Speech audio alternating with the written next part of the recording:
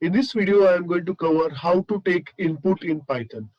So there are two ways to take input. The one way is to predefine the input like a equal to 3, b equal to 4.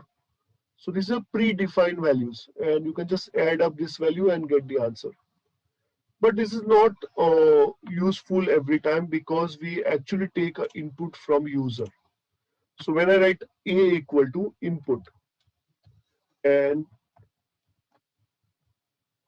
a bracket like this, okay.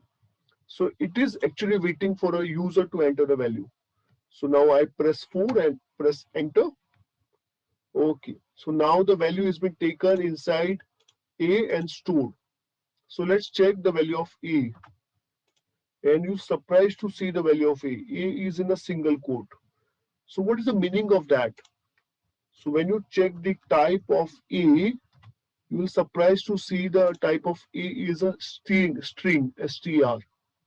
You have given the input as integer, but it is taken by default input as string. So that is one part you must understand, that every input a user give that by default will be in the term of string.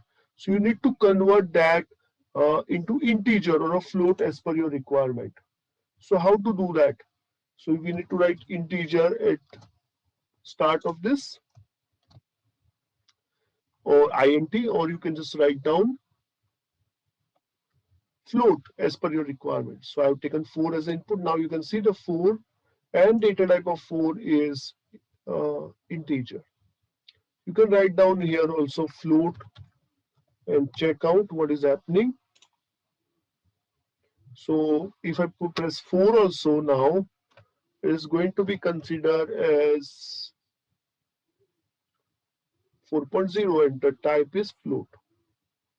But here also there's a small problem that a user get confused if they get a blank thing like this. So what we can do, we can just do one more addition onto this, and we will going to write here a print statement. So print in a bracket, we will tell the user that enter the value. Otherwise user will get confused. So we'll just write down print enter the value. Now here the message is also coming. So now the user will not get confused. If you don't want to use this print statement, you can just take this inside this bracket itself. So we don't need a print statement now. So here also now it is coming enter the value. Great. So this way also you can work. Okay, so here I have taken integer input and the message also. So you can enter the value, press, you can check the type of A. Okay, you can do it with B also. 4, enter the type of B, float and the B value.